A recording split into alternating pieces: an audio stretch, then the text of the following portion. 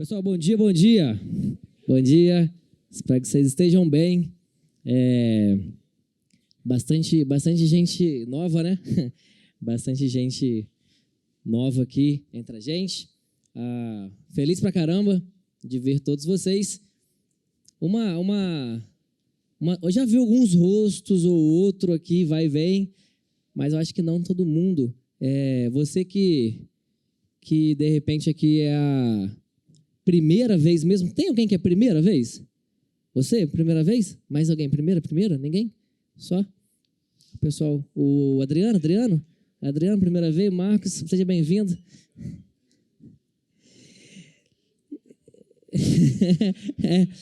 Porque Deus me falou aqui agora, seu nome é Marcos, eu acho que, se é a primeira vez, como é que eu sei seu nome, né? Deus deu aqui, ó, revelou aqui, ó. Ai. Mas é isso daí, pessoal, muito bom dia para todos vocês. Como eu disse, espero que esteja sendo um bom dia e espero que essa esteja sendo uma boa experiência. A gente está numa série e nessa série a gente está falando sobre sobre quem é Deus, né? Na verdade é uma grande pergunta, né? É uma grande pergunta. Não é a nossa intenção que essas mensagens desse mês de abril, vamos estar conversando os 4 domingos de abril sobre quem é Deus. Não é a nossa intenção fazer com que você desvende todos os segredos e a plenitude de Deus, até porque não é possível uma coisa dessa.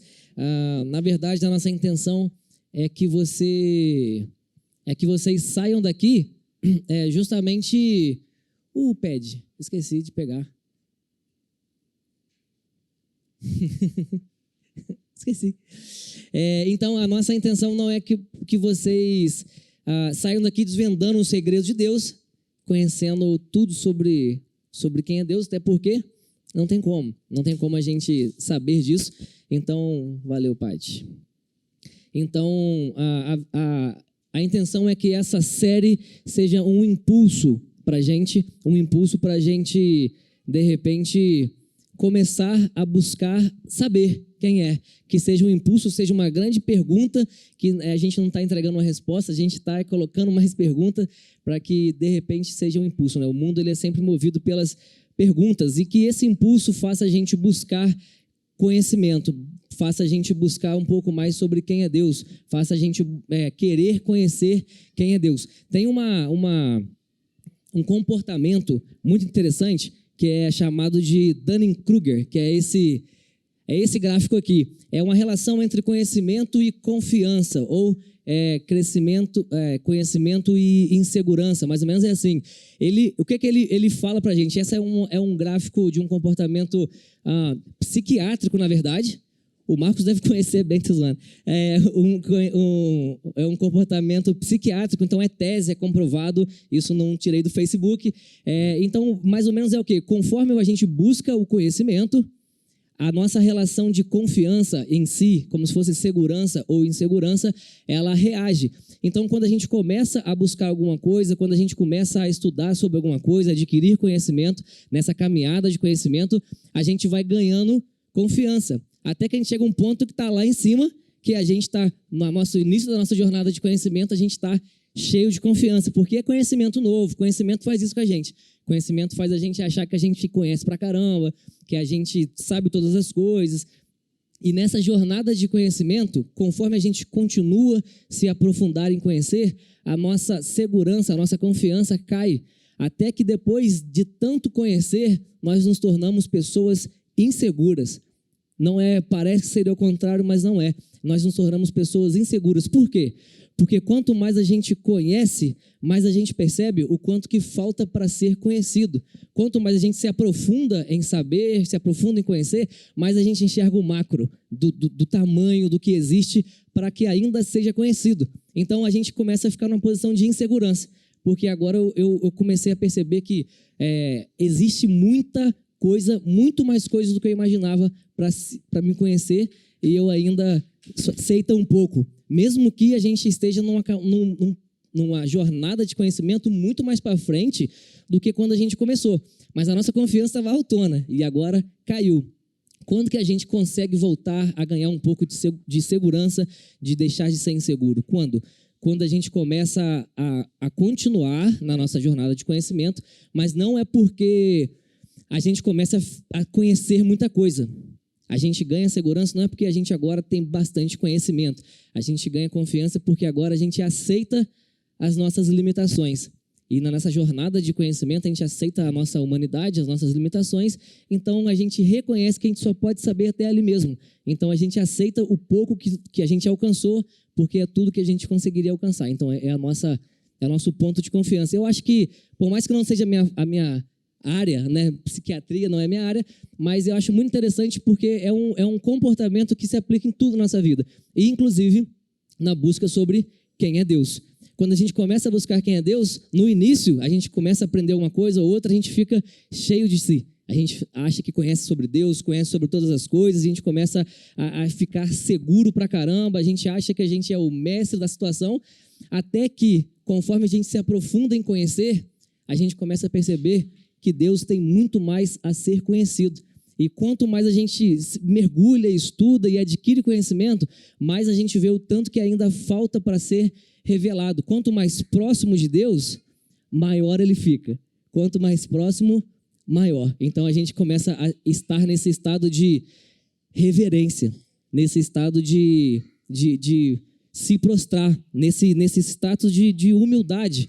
É isso que a jornada do conhecimento leva a gente, a estar numa posição de humildade, uma posição de se prostrar realmente, porque a gente começa a ver que por mais que eu queira, por mais que eu busque saber quem é Deus, quanto mais eu me aprofundo, maior Deus fica. Quanto mais perto eu fico, maior Deus fica. E a gente vai ficando nessa posição de insegurança, mas de repente numa posição de se prostrar, numa posição de reverência. Quando a gente consegue, de novo, começar a adquirir uma certa confiança em caminhar, seja ensinar ou de pregar, de novo, na nossa continuação da jornada do conhecimento, é quando a gente descobre que mesmo com tanta diferença, mesmo com tanta discrepância entre aquilo que eu sou e aquilo que Deus é, a gente entende que nós descobrimos quem nós somos em Deus. A gente começa a ver quem que eu sou em Deus. E aí a gente começa a de repente, chegar naquele final da curva, que é um ponto onde eu chamo aquele finalzinho do ponto de começar a viver um propósito com Deus. Porque aí você entende quem você é em Deus. Eu tenho que são 3 grandes espantos na nossa vida. O primeiro espanto de quando a gente vê quem Deus é, enorme. O segundo espanto, quando a gente vê quem que a gente é, nada. E o terceiro espanto, que é quando a gente tem a consciência. A gente se espanta em ter a consciência de, por mais diferente que seja, pela discrepância toda que existe entre a gente e Deus, Ele ainda nos permite viver nele. Isso para mim, eu resumiria aquela jornada nesses 3 grandes espantos que a gente vai ter no decorrer da nossa caminhada. E é isso que, de repente, a jornada de conhecer a Deus faz com a gente. Quanto mais a gente se aproxima, menor a gente fica.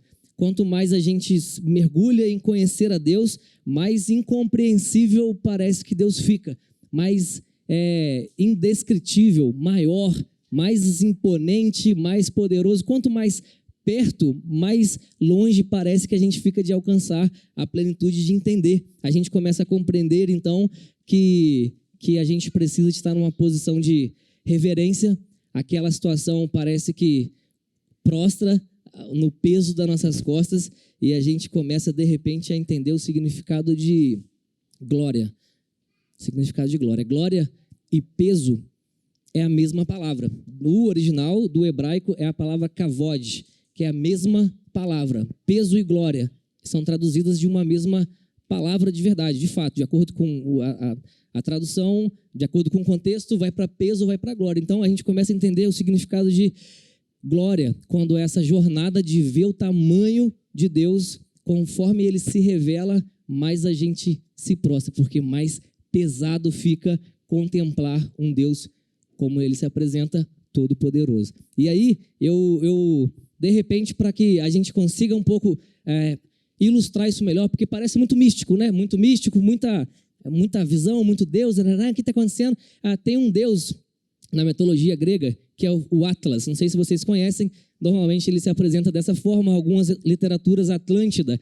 Ele é o Deus que foi amaldiçoado por Zeus para sustentar nas suas costas, nos seus braços, os firmamentos da terra, da criação, e ele precisa de carregar, enfim, se a gente não morre, se a terra está aqui paradinha, se o céu não cai, é porque Atlas segura o fundamento para a gente, ok? Amém? Né? Então, a gente entende então que Atlas segura isso tudo, e é muito interessante, eu acho que isso ilustra muito bem, porque isso é mitologia, é mito. A única limitação da mitologia é a criatividade de quem está criando a história e escrevendo. A única limitação. Tudo é possível. O que eu vejo quando eu vejo Atlas? É que eu vejo que até onde tudo é possível, um Deus, ele se curva para segurar a criação do Deus real. Até na mitologia, até no onde que o cara só precisava de imaginar, eu vejo um Deus se curvando para segurar o peso daquilo que é criação, daquilo que é glória de um Deus real, que é o Deus Todo-Poderoso. A gente vê esse tipo de reação, para mim, isso é a ilustração sobre glória. Quando eu vejo o Atlas, eu vejo glória, eu vejo a glória do Deus Todo-Poderoso, o Deus real. Para mim, é isso que mostra. Durante essa jornada toda da Bíblia, que a gente, de repente, aqui a gente conhece bem, já lê bastante Bíblia, todo mundo aqui, e a gente conhece bem a história, e eu acho que no decorrer da história, por muitas vezes acontece esse lance dessa reação sobre a revelação, sobre quando Deus se revela, se apresenta em glória. A gente vê, por exemplo, desde lá de trás, lá do começo, profetas lá, profetas Isaías, por exemplo, o profeta Isaías, ele estava rolando alguma coisa e ele tem uma visão, a visão do trono de Deus lá, né? Isaías 6 fala sobre essa visão, que Deus se apresenta para ele em um trono e tal. Claro que é uma visão desfocada sobre quem é Deus, claro que não é aquilo, porque se Deus se apresentasse na sua plenitude, a gente não suportaria, mas dentro da limitação e da humanidade de Isaías, dentro do que ele conhecia, dentro daquilo que não ia deixar Isaías louco, Deus se apresenta alguma parte daquilo que ele poderia se aproximar, pelo menos no pensamento humano de Isaías. E ele mostra ali um trono, um monte de coisa, e ele se revela numa visão do sentido místico mesmo da parada espiritual, daquele negócio que a gente não entende muito bem, mas ele se apresenta numa visão. Nesse momento, em Isaías 6, fala que quando Deus se apresenta, faz a visão, Isaías, não está escrito, mas pelo que está escrito, eu acredito que Isaías se prostra, porque na hora que ele vê a visão, ele abaixa e fala, ai de mim, que sou um homem de lábios impuros, que habito no meio de um povo de impuros lábios, eu sou sujo, eu sou pequeno, eu sou pecador, ai de mim, porque os meus olhos viram o rei. A resposta da apresentação de Deus, quando Deus se mostra, leva a gente para nessa posição de humildade, de reverência. Quando Deus prostra, eu imagino, de repente, Isaías já com o olho fechado, tampado, abaixado, porque, ai de mim, os meus olhos viram o rei. Pecador como sou, sujo como sou. E isso não é só num contexto místico, espiritual, visão, isso acontece durante todo o decorrer da parada. Por exemplo, a gente percebe que Davi, ele por um momento estava em observação, provavelmente de um lugar ali muito maneiro, alguma paisagem, alguma coisa, não sei onde que ele estava, mas no Salmo 19 a gente vê que Davi, em contemplação da criação, em contemplação daquilo que Deus tinha criado, ele está, para mim, claramente em êxtase com aquela visão, e ele está sentindo aquele peso, não está escrito, mas eu acho que ele estava, sim, curvado perante aquilo, e ele começa a escrever o Salmo 19, e ele começa a dizer, os céus proclamam a glória de Deus, e o firmamento anuncia as obras da sua mão, os céus proclamam a sua glória, o firmamento anuncia as obras das suas mãos, um dia discursa para outro dia, e uma noite revela conhecimento para outra noite. Era uma declaração de da criação revelando entre si, como se a criação conversasse entre si, como que se a terra como um Deus, um ser vivo, a terra como um ser vivo, um dia discursa para outro dia, uma noite discursa para outra noite, e a gente vê que ainda assim, mesmo no silêncio, não há linguagem, não há palavras, deles, que era a visão que ele estava tendo, deles não se ouve nenhum som, sem palavras, sem som nenhum, porém, por toda a terra se faz ouvir a sua voz e as suas palavras até os confins da terra. Mesmo no silêncio total, mesmo sem som algum, a sua voz é conhecida por toda a terra. Davi estava numa contemplação de algo extraordinário. Davi, resumindo esse salmo, mostra que a criação, aquilo que ele observava era tão pesado, era tão glorioso que aquilo revelava um peso sobre ele, que é o peso da glória de Deus. A criação revela a glória de Deus. Eu tive uma experiência parecida, próxima, de repente, com o Salmo 19, que me faz assimilar melhor esse salmo. Nas minhas últimas férias, eu tive a oportunidade de conhecer um lugar incrível. Eu conheci um lugar realmente incrível. Eu tive a oportunidade de ir para a Suíça. E a gente ficou hospedado ali numa cidadezinha, meio que do lado dentro, meio que dos Alpes suíços. E ali estava eu, a Bia, a Marcela e o Gustavo também do Nossa Conexão, eles fizeram essa viagem com a gente. E era incrível que a gente, por alguns momentos que a gente ia aos Alpes ou estava em observação daquele lugar, daquelas montanhas, era uma sensação que por várias e várias vezes a gente simplesmente não falava nada, não saía nada. Era uma sensação incrível. A imponência daquela visão era como se as montanhas estivessem vivas em alguns momentos. Aquilo pesava de uma forma, a gente não se comunicava direito durante alguns momentos, porque a gente não tinha o que falar, a gente ficava literalmente meio que com medo, quase que uma sensação de medo. Conhece aquela palavra megalofobia? Medo do que é grande? Aquela sensação de você no alto mar com um caiaque e passa um transatlântico do lado. Esse negócio que dá aqui, é isso aí, megalofobia, aquele medo daquilo que é grande. Eu não digo que foi num sentido ruim, porque não foi, mas era quase um medo de estar naquela visão, porque aquele peso, né, aquela glória, espremia a gente de uma tal forma, e um silêncio absurdo, que na nossa cabeça parece que fazia até barulho. Era um negócio muito, muito diferente, e eu jamais conseguiria descrever para você de forma real aquilo que eu senti. Eu nunca na minha vida me senti tão pequeno. Nunca na minha vida eu me senti tão pequeno. E olha que eu só tenho 1,70 m. Eu vi naquele momento Deus se apresentando de uma forma irreverente, sabe? Quando a gente olhava aquilo, entre a gente por várias vezes simplesmente falava: quem é Deus?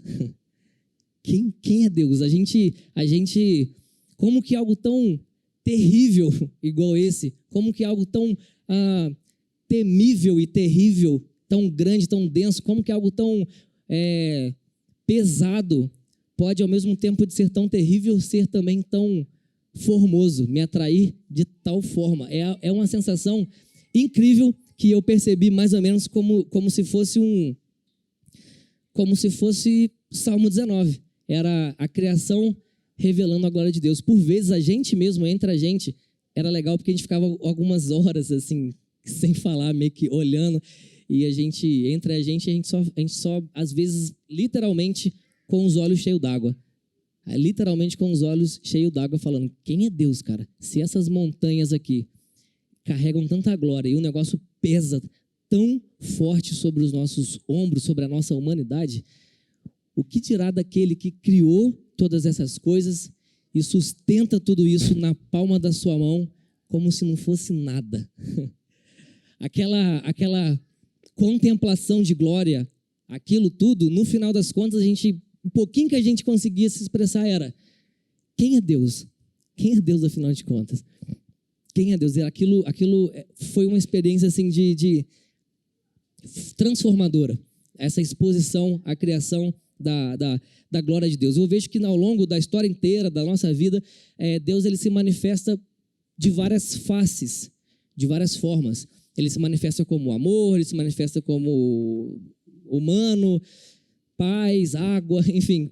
Eu acredito que para cada demonstração que Deus se apresenta para a gente, é porque ele espera uma reação, porque ele não pode se revelar plenamente. Ninguém entenderia, ninguém suportaria. Então, na nossa humanidade, ele se apresenta dentro daquilo que a gente conhece, um pouquinho de cada vez, uma face por tempo, para que a gente corresponda e comece a tentar entender a plenitude de Deus. Quando Deus se apresenta como amor, ele espera que a gente se responda com gratidão, porque a gente entende quem ele fez. Quando Deus se apresenta como um homem, a gente fala sobre família, relacionamento, que seja. E para cada apresentação de Deus, para cada vez que ele se mostra, a gente responde de uma forma para entender mais um pedacinho de Deus. Acontece que durante toda a história, por várias vezes, ele não se apresentou como o amor, o irmão e como a paz. Por várias vezes ele se apresenta como o Deus Todo-Poderoso, o imponente, temível e terrível Deus. Moisés, em Deuteronômio, ele fala, cuidado com o nome, Deuteronômio 28.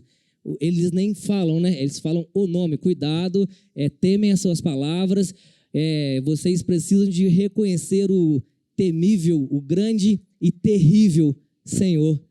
E olha que Deus, Moisés, de repente, depois de Jesus, é o top 1 dos famosos aí da Bíblia, e ele teve muita interação, muita experiência. Então, tipo assim, se ele está falando que Deus é terrível, Deus é imponente, Deus é o Senhor Todo-Poderoso, eu, mero mortal, que não tive nada próximo do que ele teve, eu simplesmente preciso de acreditar que Deus é esse terrível. Muito maneiro. Nessa jornada de Moisés mesmo, a gente vê que teve um momento no livro do Êxodo, lá atrás, Êxodo 3, quando Moisés estava andando no deserto, e aí uma árvore pegando fogo e falando, árvore pegando fogo sem se consumir, falando, na esquerda, nós para onde?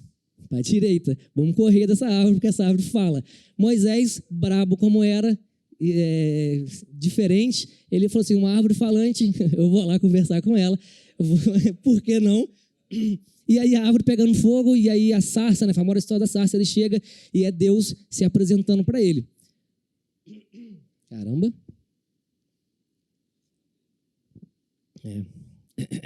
Deus se apresentando para ele. E nesse momento, é interessante eu percebo alguns detalhes, independente da história, o que estava rolando, Egito e tal, mas quando Deus se apresenta para Moisés ali, ele se apresenta, fala o que ele intenção, aquele rolê todo que a gente sabe, e no final Moisés pergunta, e aí, qual que é o seu nome? Vou lá falar para a galera então, mas em nome de quem que eu estou indo falar? Qual que é o seu nome? O que a gente lê, que Deus responde eu sou o que sou. Isso é o que está escrito. Essa resposta de Deus, na tradição mesmo, ela é o nome impronunciável de Deus, é o nome impronunciável, na verdade. Então, na tradição, eles referem a essa resposta não como um nome, ou não como eu sou o que sou. Garganta danada, gente. Ei, som. Eu acho que é o microfone. Deve ser o microfone. Serginho, arruma o microfone aí. E aí, Deus, ele se apresenta, ele responde essa pergunta de Deus, qual que é o seu nome? Ele simplesmente, essa resposta de Deus, na tradição judaica mesmo, ela é conhecida como tetagrama, eles chamam até de sagrado, que é o YHWH, é o nome impronunciável de Deus. Eu imagino que se não fosse uma árvore, de repente fosse uma pessoa, a resposta de Deus seria mais ou menos assim, Não, a balançada de cabeça negativa. E dizem, na tradição já rabínica, fala que essa resposta de Deus ela é mais parecida com um sopro do que com a palavra. Era assim, qual que é o seu nome? E Deus respondesse. Balançando a cabeça do tipo, não tenta me compreender, Moisés. Não tenta me entender, não tenta me colocar dentro daquilo que você consegue descrever. Não me diminua a algo que caiba no seu entendimento. É isso que Deus responde. Quem que é você? Um suspiro do tipo... Deus era misericordioso nessa época também, né? Porque se não fosse, rodava ali. Era como se essa resposta era como se fosse um sopro, um temível, estrondoso sopro silencioso, que é o nome impronunciável. Quando a terra treme, é algo grande, é algo terrível, a terra treme, casa cai, e troço arrasta, e aquele negócio incontrolável, não tem nada que a gente consiga fazer, não tem nada que a gente consiga fugir daquilo, a terra está tremendo, mas ainda assim eu consigo ver, eu consigo sentir, eu consigo entender e eu consigo nomear. A gente chama isso de terremoto. Estudiosos te explicam por que isso acontece, eles preveem quando vai acontecer, por mais terrível que seja, é conhecido, é controlável, é entendível, é pronunciável. As tempestades, por exemplo, o céu fecha, raios, trovões e cai aquela imponência de água sobre a terra que também leva casa e destrói coisas e dá aquela parada toda. Ainda que imponente, ainda que terrível, ainda que forte, eu consigo entender, eu consigo ver, eu consigo nomear a tempestade, inclusive eu consigo controlar. Não sei se vocês viram no carnaval, tinha uma chuva para cair no lugar onde que seria a festa. A galera foi de avião, jogou com os jatos d'água na nuvem, carregaram e fizeram a chuva cair em outro lugar. A gente consegue já controlar a tempestade. A gente consegue, por mais incrível que seja, por mais imponente que seja, terrível, até a tempestade a gente consegue controlar. Mas quando Deus se apresenta, é tipo assim... Não tenta me colocar dentro daquilo que você controla. Não tenta me colocar dentro daquilo que você entende. Como se tudo isso da natureza fosse só dentro da nossa cabeça. É um terremoto dentro da gente. E nessa continuação do próprio livro do Êxodo, mais para frente... A gente vê, por exemplo, que lá no capítulo 20 já é Deus falando das leis e eu entendo, eu percebo, claro que havia uma referência toda das imagens, das adorações e tal, mas eu percebo Deus falando em experiência do que estava acontecendo quando Deus fala, não criem imagens do que está acima do céu, Êxodo 20, versículo 4, do que está acima do céu, do que está abaixo. Eu sinto uma entonação, eu sinto pela história que Deus não está falando só das suas experiências, mas Deus fala, não crie uma imagem de mim na sua cabeça, não me diminua a uma imagem, não me diminua a algo que você consegue compreender, não me coloque em algo que você consegue descrever, não tente me dar nome, não tente me domesticar, não tente compreender a minha plenitude, eu não caibo dentro do seu entendimento, eu não caibo dentro de algo que você consegue descrever. A estátua que é esculpida é só uma reação daquilo que já existe dentro das pessoas. A idolatria que nós carregamos, nós já carregamos. A gente só passa isso para uma estátua ou não, aí é a opção de cada um, mas a idolatria de cada um já existe, a gente só coloca para fora. O que Deus está falando era, não crie no seu coração uma imagem que vai me diminuir. Não tente saber o meu nome, não tente conhecer a minha forma, não tente me tocar, não tente me controlar. E aí eu pego para mim, Deus não é o seu ídolo. Deus não é o seu ídolo. Deus é muito além do que a gente consegue compreender. Uma estátua não segura? Não. Mas o meu entendimento também não. Uma imagem criada dentro de mim sobre o que poderia ser não contém nem pequena parte daquilo que Deus é. Deus, ele se apresenta lá atrás, bem lá atrás, para essa galera, e a apresentação desse Deus é tão terrível, tão onipotente, tão pesada, que daí para frente as pessoas nem tentam pronunciar mais o seu nome. E esse tetagrama acabou sendo trago como Iavé, né? Como se fosse o nome de Deus. Ele traz para mim uma baita, não tetagrama, mas Iavé, de repente, para mim ele traz a nossa, lá no interior, a nossa idolatria, a idolatria que todo mundo carrega, a nossa idolatria de estimação, que a gente tenta domesticar e controlar esse Deus incompreensível. Quando Deus se apresenta lá atrás, por exemplo, ele é tão imponente que geração após geração é passado o seguinte, Deus é o Todo-Poderoso. Os descendentes mesmo lá da região sentem tanto medo e tanto temor por pensar em pronunciar o nome do Senhor que eles chamam Deus de o nome. É o Hashem, o nome. Eles não pronunciam a Deus falando, sei lá, Yahvé. Eles chamam de Hashem. Que nome? Hashem. Que nome? O nome. Louvem o nome, adorem o nome. O nome está com a gente, Hashem, estourando muito de longe, Hashem Adonai, o nome do Senhor, seu Deus. Isso é o máximo que eles falam, e jamais tentariam pronunciar esse nome impronunciável, esse nome. Então, Yahvé, que não é o nome de Deus, foi uma tentativa humana de colocar Deus dentro daquilo que a gente consegue descrever e nomear.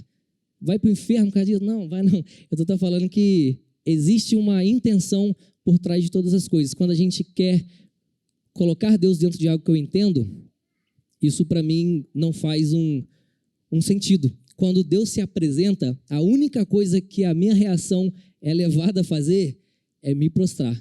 É uma reação de reverência, é uma reação de entender a sua imponência, o seu tamanho. Isso, por mais que, enfim, muitos defendam, eu acho que a idolatria que todos nós carregamos dentro de nós, ela nunca vai ser 100% retirada, porque em uma hora ou outra a gente vai domesticar alguma parte de Deus, a gente vai querer controlar, a gente vai querer simplesmente... porque se eu não entendo, se eu não controlo, eu não vou conseguir adorar alguma coisa que eu não entendo, eu não consigo me jogar de olho fechado naquilo que eu não compreendo, eu não consigo me entregar por inteiro para uma parada que é indescritível. E Deus, ele é isso, né? Então, quando eu vejo uns doutores explicando a plenitude de Deus sobre tudo, conhece tudo e sabe tudo, para mim isso só tem um nome, para mim o nome disso é insanidade. Não tem como compreendermos a sua plenitude. A contemplação de um Deus, como o Washington falou domingo passado, inefável, de um Deus indescritível, um Deus que tem todo o poder, a contemplação desse Deus deveria amassar a nossa humanidade a ponto de que a única reação que a gente faz é se dobrar. Ai de mim porque os meus olhos viram rei. Ai de mim porque eu não sou nada. E quanto mais eu caminho em conhecer, mais eu vejo o tanto que ainda falta para ser conhecido. Quanto mais eu tento compreender, mais eu vejo o tanto que ainda é mistério. Quanto mais eu caminho em conhecer, mais menor eu fico, na verdade, né? E eu percebo que, de repente, se a gente permanecer em buscar ao Senhor, permanecer com essa questão, quem é Deus, viva no nosso coração, com esse impulso queimando no nosso coração de buscar saber quem é Deus, a gente consiga, talvez, chegar naquele ponto lá na direita, que não é o ponto onde que a gente conhece tudo, mas é o ponto onde que a gente já passou pela fase de entender o tamanho de Deus, mas agora a gente entende quem nós somos em Deus. E naquele ponto ali, eu chamo de iniciar a viver um propósito. É quando a gente entende que, apesar das discrepâncias, Deus nos permite permanecermos nele. Apesar dessa diferença discrepante, Deus, o terrível Deus, o temível, poderoso Deus, nos permite, nós como pó, permanecermos nele. E aí, nesse ponto, exatamente naquele ponto, no último ponto que a gente entende, que a gente compreende, é que, de repente, a gente vai descobrir que, na verdade, o Deus terrível é um Deus bom. No final das contas, o terrível Deus pode ser um Deus bom. No próximo domingo que vem, nessa série, a gente vai estar falando do episódio dessa série sobre o Deus bom. Então, a gente vai continuar a partir daquele último ponto, domingo que vem. Eu espero que vocês não percam esses episódios, não percam essa série, porque a gente está nessa rota de conhecer sobre, não de conhecer tudo, mas pelo menos de impulsionar a buscar sobre quem é esse Deus, nessa trajetória de conhecimento. Então, domingo que vem, o Deus bom. E se por acaso você não entendeu nada do que eu falei, e tudo que eu falei foi já esquecido, o resumo é: Deus é o Senhor Todo-Poderoso. Deus não é esse morango, né? Deus é o Senhor Todo-Poderoso, terrível e imponente. Se exponha à sua criação, se exponha à sua glória, ao peso que ele tem para que você se encontre no lugar que você deve estar, como humanos, que é o lugar de reverência. Esse é o nosso lugar. A partir daí, conforme a boa e misericórdia e vontade de Deus, nós começamos a descobrir que Deus pode ser bom também. Galera, vamos orar para a gente finalizar então. Eu espero que tenha sido bom para vocês, espero que tenha sido uma boa experiência e espero que isso seja pelo menos um impulso para que você queira buscar mais sobre quem é Deus. Eu quero finalizar a mensagem então te perguntando, quem é Deus? Te perguntando quem afinal é Deus, quem é Deus para você? Vamos orar? Senhor Deus, eu te agradeço porque o Senhor é Deus sobre as nossas vidas, o Senhor é o Senhor sobre todas as coisas. Eu te louvo porque, independente do tamanho e da sua glória e da sua imponência, de todo o poder que você carrega, um dia o Senhor escolheu um pessoal pequeno, pecador, sujo e chamou de filho. Nós te louvamos porque é a sua misericórdia e somente a sua misericórdia que é a causa de nós não sermos consumidos. Nós entendemos e reconhecemos a nossa pequenez, a gente reconhece que a gente não poderia nada sem o Senhor e nós te louvamos pelo seu poder, pela sua glória e pela graça que o Senhor despejou um dia sobre nós, mesmo imerecidamente. Nós te louvamos porque o Senhor é o Deus das nossas vidas. Nós agradecemos por tudo e que o Senhor esteja conosco no restante dessa semana, desse dia, em nome de Jesus. Amém? Amém. Então é isso aí, galera. Batismo daqui a pouquinho ali. E no mais, boa semana e bom domingo para todo mundo. Vambora.